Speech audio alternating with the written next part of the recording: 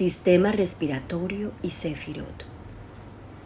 El aire pasa a través de la nariz y de la boca, va a los pulmones, el oxígeno es absorbido por el sistema circulatorio y es canalizado por el corazón y distribuido por la sangre. Espero que al decir sistema respiratorio todos hayan pensado en el Ruach, porque así es que se va avanzando a la conciencia Aleph de unidad. El Mashiach es bendecido con 6 clases de Ruach. El Ruach de Hashem sobre él, el Ruach de Jochma y comprensión, de consejo y poder, de conocimiento, Da'at y temor, el Ruach Apeinu, aliento de nuestras raíces. Antes de la aparición del Mashiach Ben Yosef, un Ruach de ateísmo arrasará este mundo. Un Ruach poderoso puede extinguir una llama. Una persona con el elemento aire predominando en su ser puede apagar a otra con elemento fuego predominando, por ejemplo.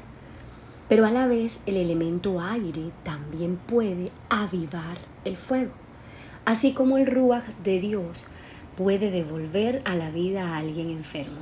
Debemos procurar respirar Torah, tanto al inhalar como al exhalar, tanto en lo que entra como en lo que sale. En Shavuot se recibe la Torah, por eso una segulá para sanar los pulmones es celebrar Shavuot. Además, trae la promesa que quien lo hace preserva su vida hasta Rosh Hashanah. Cuando hay una enfermedad en los pulmones, puede connotar una falta de emuná, de fe, de entrenamiento espiritual. Fortalecer nuestra fe ayuda a rectificar los pulmones. No me pregunten cómo fortalecemos nuestra fe porque eso se ha explicado incansablemente en el canal. El hecho que alguien respire significa que tiene la Ei del tetragramatón, la Ei del nivel del alma, Nefesh, significa que está en la mente de Dios, en Galgatá. Sea quien sea, si vive, está en la mente de Dios. Cuando la persona tiene conciencia de Dios, respira mejor y es sana de los pulmones. Si Hashem deja de pensar en nosotros un instante, dejaríamos de existir. Cada vez que respiramos es un regalo de vida. Hay personas que me han escrito para preguntarme, ¿qué puedo escribir en el frasco de la felicidad que has mencionado algunas veces? Y yo les digo, todo es motivo para agradecer. ¿Qué podemos meter en el frasco de la felicidad? Un papel que diga, gracias Dios, porque hoy respiro conscientemente. Gracias Dios, porque puedo respirar. Gracias Dios por el sustento de cada día. Gracias Dios porque hice mis necesidades fisiológicas. Gracias Dios por la salud mía, de mi madre, de mi padre, de mis hermanos, de mis hijos, de mi esposo. Gracias Dios, muchísimas cosas, pero a lo que voy es desde el hecho que respiremos es un regalo de vida. Nosotros tenemos un alma, un nefesh que le da vida al cuerpo. El alma sale del cuerpo y el cuerpo cae, muere. Y esa alma recibe la vida del alma, que es Hashem, el Ein Sof, el infinito. Si nos enteramos que estamos en la mente de Dios, nos damos cuenta del regalo que nos da en cada respiración. Les contaré un cuento. El pequeño pez se llama. Usted perdone, le dijo un pez a otro. Es usted más viejo y con más experiencia que yo, y probablemente usted puede ayudarme. Dígame por favor dónde puedo encontrar eso que llaman océano. He estado buscándolo por todas partes sin resultado. El océano, respondió el viejo pez, es donde estás ahora mismo. ¿Esto? Dice el pequeño pez. Pero si esto no es más que agua, lo que yo busco es el océano, replicó el joven pez totalmente decepcionado, mientras se marchaba nadando a buscar a otra parte. Fin del cuento. Igual pasa con el discípulo que se acerca al maestro y le dice, he estado buscando a Hashem durante años. Dejé mi casa y he estado buscándolo en todas las partes donde Él mismo ha dicho que está. En lo alto de los montes, en el centro del desierto, en el silencio, en las chozas de los pobres. Y así muchos que lo buscan pero no lo encuentran por no tener la conciencia de Dios. Tener pulmones saludables mejora además la visión y ayuda a que la persona alcance un da'at mayor, según Likutei Moharan. El Talmud dice, porque los pulmones son llamados Relia, porque ellos Meirá iluminan los ojos. Los pulmones sanos mantienen el cerebro con el suficiente oxígeno. El pulmón espiritual nos abre nuestra mente, evita la confusión. Tiene la persona una capacidad de deducción elevada. La laringe, a su vez, donde están las cuerdas vocales, es adyacente a la faringe. Y así como los órganos se conectan físicamente, también en el plano espiritual. Les cuento algo. Cuando era niña sufría de disfonía.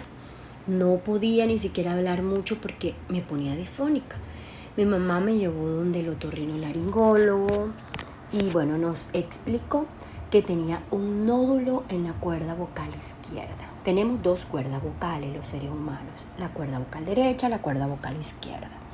El otorrino nos hizo un dibujo y me explicó que no podía seguir quedando disfónica porque eso podía producir que ese nódulo creciera o salieran más nódulos, y si ese nódulo de la cuerda izquierda llegaba a tocar mi otra cuerda, podía quedar muda.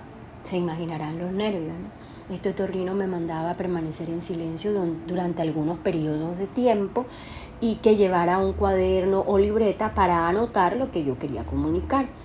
Eso no se imaginan ustedes lo terrible que era.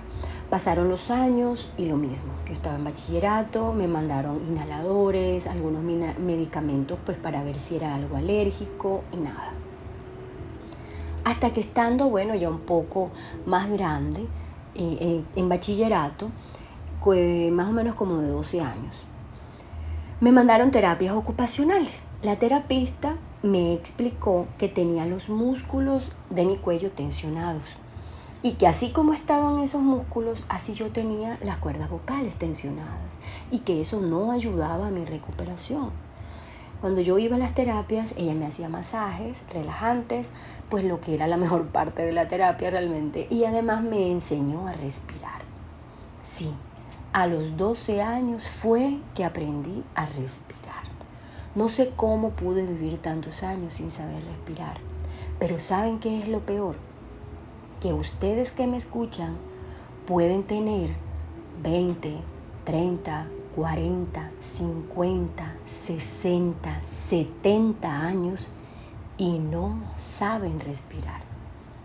La forma correcta de respirar es inhalar y que el abdomen sobresalga. Así se llenan los pulmones de aire y se exhala viendo cómo se vacía el abdomen y se contrae. Al principio pueden hacerlo de forma exagerada para que vayan tomando como el hábito de respirar bien y la conciencia de respirar bien. Observen a un bebé cómo respira. Solamente se mueve su abdomen.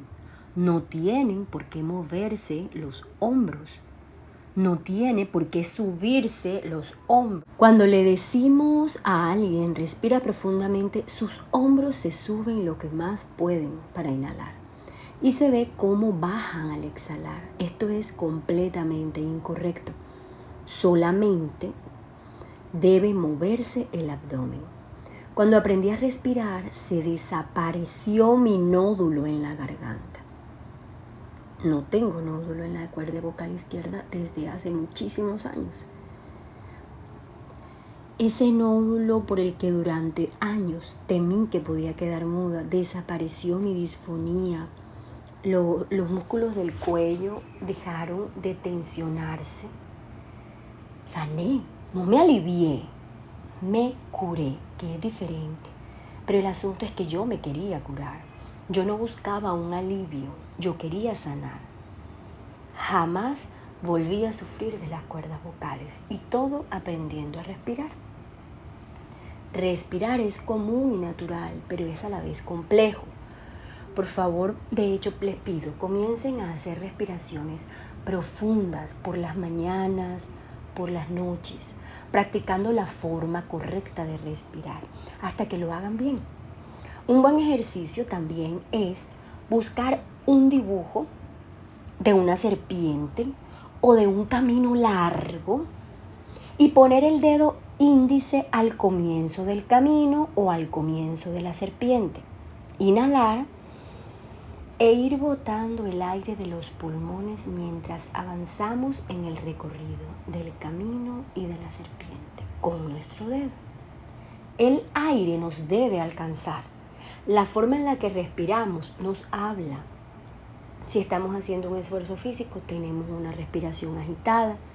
Cuando estamos nerviosos, la tensión corta el proceso respiratorio. Hay un aliento entrecortado, poco profundo.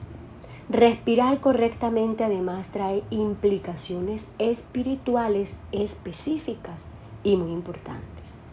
En el shiur anterior hablábamos que debemos hacer quebrar el cuerpo y el suspirar quiebra el cuerpo de la persona, según el Talmud. El Rebbe explica que suspirar con el deseo de alcanzar la espiritualidad quiebra las barreras físicas del cuerpo.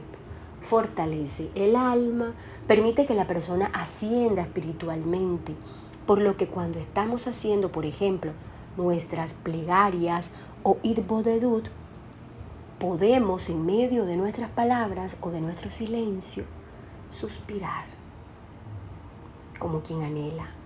Al principio de forma provocada, con el tiempo nuestro espíritu suspirará por nosotros. Los suspiros son más benéficos que la mortificación del cuerpo. Cuando suspiramos con la kavaná correcta, con la intención correcta, es similar a la circuncisión, pero en este caso a la circuncisión del corazón. Suspirando se trascienden las emociones y además se pueden transmutar y así direccionar nuestra energía conscientemente. Recordemos que una energía mal direccionada produce el mal. Por eso cuando las energías masculinas en el Simsun Aleph penetraron con demasiada fuerza, las energías femeninas, esto hizo que sucediera el Shevirat HaKelim, el rompimiento de las vasijas. A partir de ese momento surgió el mal en la creación. Desde ese momento existe el mal. El mundo entero fue creado mediante el aliento de Akadosh Baruj Hu. Cuando una persona vive insatisfecha, le falta aliento de vida. Al suspirar profundamente, esa carencia puede llenarse. Respirar como se debe es un arte. Ahora, tengan cuidado en confundir estos suspiros con aquellos que surgen cuando alguien desea algo material, algo superficial y gime. Suspira por la falta de capacidad para alcanzar esos proyectos. Esos suspiros, esos gemidos impurifican nuestro aliento, nuestro ruach. Así solo nos distanciamos de Hashem y de la perfección. Respirar profundamente y conscientemente es la fórmula para una vida plena, para una vida completa. Y es un paso además necesario para poder pasar al nivel Yunit, al nivel de la meditación, al nivel meditativo. Es decir, las personas que comienzan a meditar las letras hebreas sin saber respirar, sin haber hecho teshuvá, retorno al Creador, sin haber llorado por sus transgresiones, por sus errores, por sus pecados, sin haber ensanchado su alma con el estudio incesante de los secretos del cielo, sin haber quebrado su cuerpo, levantándose de madrugada para hacer los servicios del Shaharit, por ejemplo, sin hacer Itbodedut, sin haber quebrado su cuerpo con buenos suspiros llenos de aliento, de anhelo espiritual, pronto quedarán sin aire como aquel que pretende subir al Everest, sin ser capaz de subir 5 pisos por la escalera del edificio donde vive. Por eso es tan delicado y por eso es que vamos paso a paso sin correr. Porque mi idea no es que se queden sin aliento, sino todo lo contrario, que logren alcanzar el Everest, pero yendo paso a paso y logrando otros éxitos primero. Por un simple y malsano deseo que te puede poner contento un rato, puedes perder toda tu participación en este mundo y en el mundo venidero, dice en Likutei Moharan. La nariz y la boca hacen parte del sistema respiratorio, por supuesto. La nariz es el canal más importante para la entrada del aire. Cuando alguien se enoja, otros le dicen, respira profundo. Pero ya esta frase está tan abusada que la gente más bien se enoja más si se lo dicen. Pero realmente es sabio. En un momento de ira, de enojo, para cultivar paciencia, respirar largamente, con la cabana correcta, es sabio. Para esto usamos la nariz. La nariz corresponde a la Sefirá Tiferet, el yo soy, la belleza, la armonía. Una nariz nos dice muchísimo de una persona. Una nariz con el tabique desviado, una nariz pequeña, una nariz grande. Esto nos dice mucho. Por ejemplo, una persona que tenga mucha nariz, una nariz muy grande, es una persona que tiene muchísimo deseo. Una persona que tiene ira tiene en desequilibrio Tiferet, porque utiliza mal su nariz, no respira profundamente para que llegue a ella la paciencia. Malhut, por su lado, es la boca, la Torá de la boca. ¿Qué es la Torá oral? A veces Malhut también es llamado Shehinah, la presencia divina de Dios. La boca corresponde a la ley oral. Quien estudia la Torá rectifica su boca, rectifica el mal hablar, deja de cometer lashon hara. Pero esto pasa cuando la persona estudia la Torá con la intención de dar honor a Hashem. Cuando lo hace para ganar honores propios, hace que la Shehinah se oculte y salga al exilio. La tráquea y la laringe. La Jochma se expresa a través de la palabra, la Jochma, la sabiduría, pero no todo lo que pensamos debemos decirlo. Tráquea en hebreo es cané. Cané también significa adquirir o caña. En Mishle, Proverbios, dice, cané Jochma, adquiere sabiduría. La tráquea, como ven, corresponde a la sefirá de Jochma. La sabiduría que se adquiere nos lleva a la espiritualidad. La tráquea por la que se expresan las palabras puede ser utilizada para adquirir sabiduría. Por su parte, la laringe corresponde al estudio del Talmud. El Talmud tiene 6 secciones de la Mishnah, que corresponde a los 6 anillos del cartílago de la tráquea. Pero en la tráquea hay 9 secciones de cartílago. Los 6 anillos de la Mishnah corresponden al aritenoides, la cornícula y el cuneiforme, que son 3 pares de cartílagos, es decir, 6. Por tanto, la laringe debe ser utilizada para el estudio de la Torá y para servir a Hashem. Cuando una laringe es utilizada correctamente, está sana siempre. El cuello y la garganta juegan un papel importante en el sistema respiratorio. La garganta cobija las cuerdas vocales, está relacionada con el habla y tiene muchas implicaciones espirituales. La acción tiene un proceso: pensamiento, habla y acción. Los pensamientos surgen en la mente, mas no son nuestra mente. Se articulan en la palabra y luego se convierten en acciones. El mayor problema que vive la población es de comunicación. Las personas son incapaces de actualizar sus buenos deseos, se vuelven un hablar incompleto. Por supuesto, como piensan, así hablan. Como comunicadora social que soy, se imaginarán lo que percibo esto. Uno debe decir claramente sus deseos y expresarlos delante de Hashem. Cuando una persona llega a hablar de forma completa y perfeccionada, sus deseos serán cumplidos. Aprendimos en uno de los shiurim anteriores del comienzo del limud que cuello en hebreo es Mitzar Agarom, el pasaje estrecho de la garganta.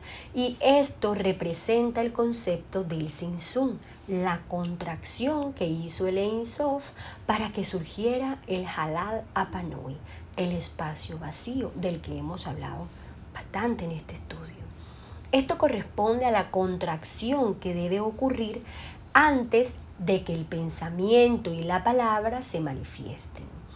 Este Tzimtzum es precedido por otro que tiene lugar entre el pensamiento y su expresión verbal. Las palabras entonces deben pasar por la garganta para ser expresadas. El cuello y la garganta se relacionan con el exilio de Egipto. Egipto en hebreo es Mitzrayim. La búsqueda de lo espiritual se vuelve un proceso de purificación que limpia el alma. Trae el mérito y purificación de otros que puedan estar en el exilio. Lo que nos lleva a la libertad es un hablar puro y el hablar denigrado corresponde al exilio. Si rectificamos nuestro hablar, merecemos la libertad. El Talmud nos habla del habla libre. El habla libre es el que se puede expresar sin insultar, sin mentir, sin causar malestar en los demás o despertar pasiones negativas, diciendo la verdad pero sin crueldad, con caridad.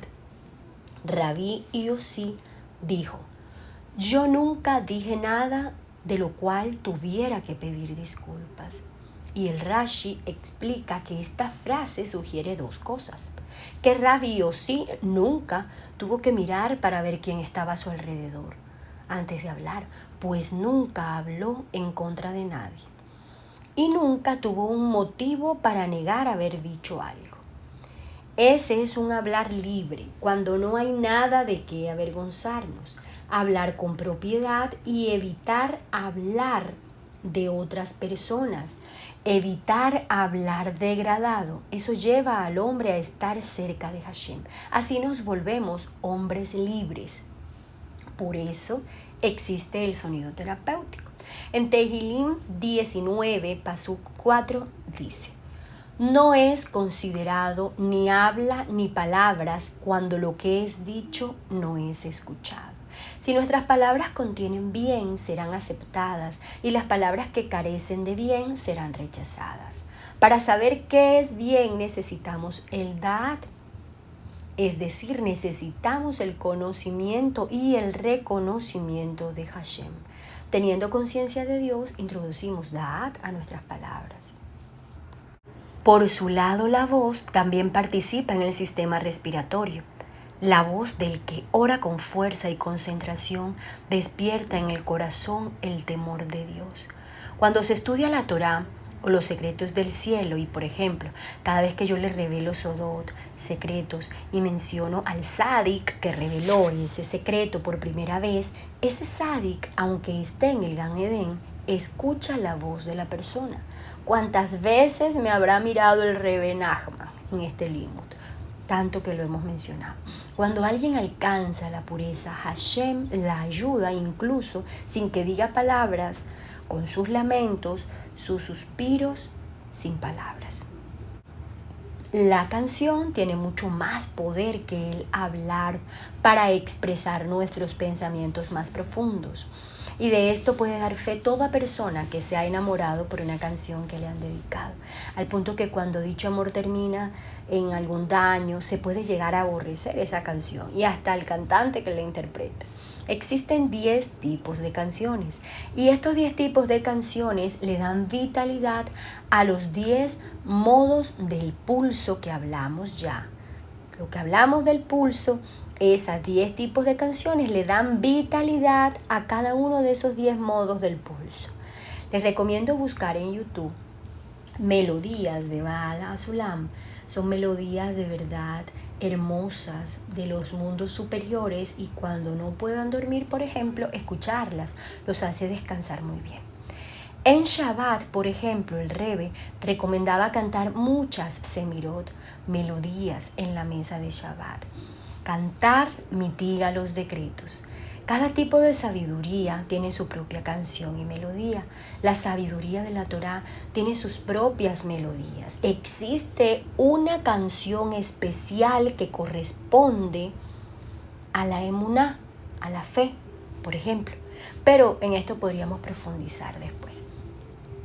Es bueno hacernos al hábito de escuchar e inspirarnos con una melodía.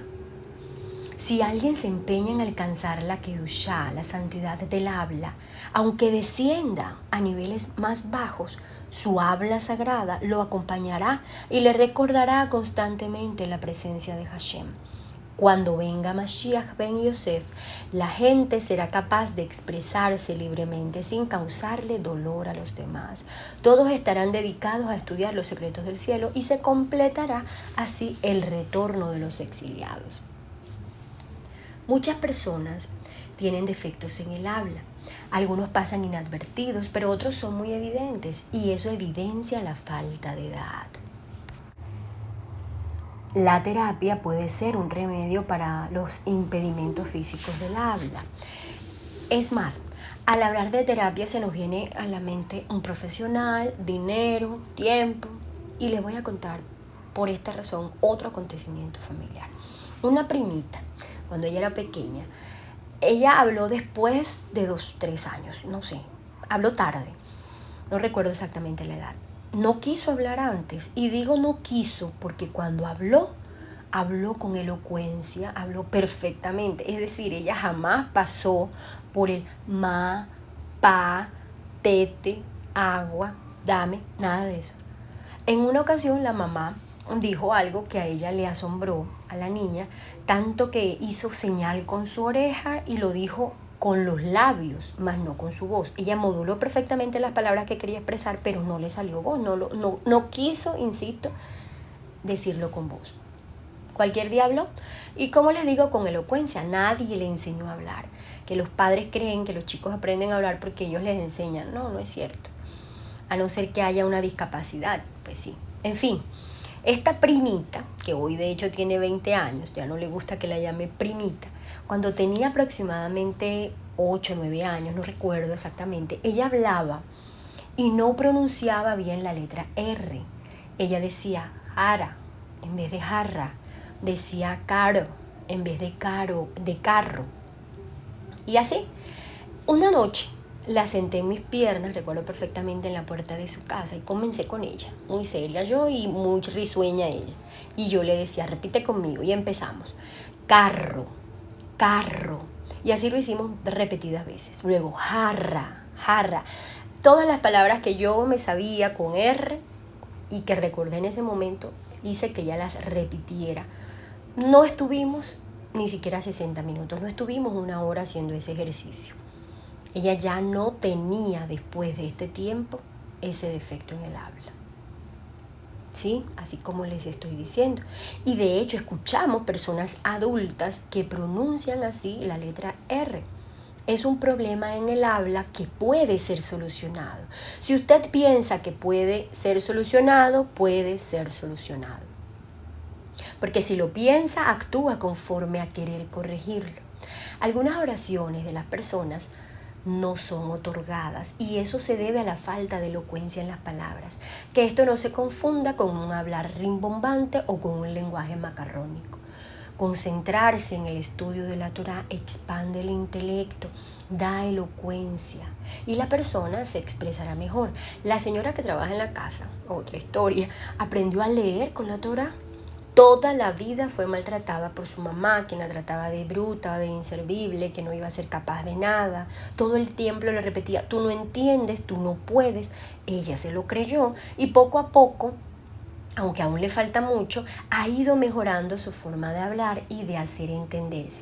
Su vocabulario aún, pues por supuesto, le falta, pero ha ido mejorando su forma de hablar, su lenguaje, su vocabulario ya es más amplio, más enriquecido, porque se ha ocupado de la lectura de la palabra de Dios. Además de la lectura de la palabra de Dios, la Tzedaká, la caridad, rectifica el habla. El habla es un aspecto de Malhut, la sefirá más baja que corresponde a la tierra, como opuesto a los cielos, que corresponden al pensamiento. En algún momento les será revelado que Malhut es Keter. Yo se los estoy diciendo, pero eso no quiere decir que esté revelado el Sod. Cuando uno se dedica al habla sagrada, que este hablar corresponde a la tierra santa, cuando uno habla de temas mundanos, corresponde a otras tierras. Pero cuando el sádic habla temas mundanos, su intención es elevar a los que moran en otras tierras. La fe depende de nuestra boca. La emuná depende de nuestra boca. Es necesario decir constantemente palabras de emuná, de fe, una y otra vez. Al decir palabras de fe, aceptamos el Malhut de Dios y perfeccionamos nuestra lengua. Cuando toda la humanidad se vuelva a Hashem, el habla será perfeccionada, como dice en Sefonías capítulo 3, pasuk 9. Entonces volveré a todas las naciones hacia una lengua clara, para que ellos puedan llamar a Dios y servirlo de común acuerdo. Recuerden, pedir fe, esperanza y caridad, porque lo demás es lo de menos. Secretos del cielo.